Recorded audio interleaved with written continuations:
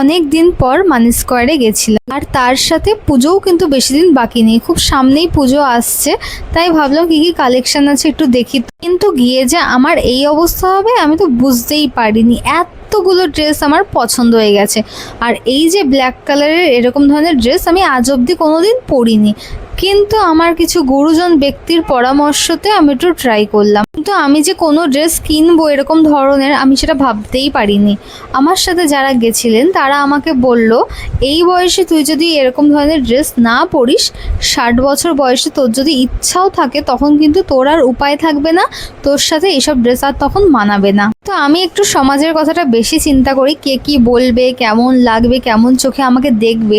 তখন আমাকে ওরা আবার মনে করিয়ে দিল যে কে কি বললো না বলে এসব কথায় কান না দিয়ে নিজের মতন নিজের জীবনটাকে এনজয় করে কাটা। আর আরেকটা কথাও বললো, ড্রেস দেখে কিন্তু কখনো মানুষকে বিচার করতে নেই। তারপর ওদের কথায় আমি একটা ড্রেস কিনলাম। কোনটা কিনলাম তোমরা বলো।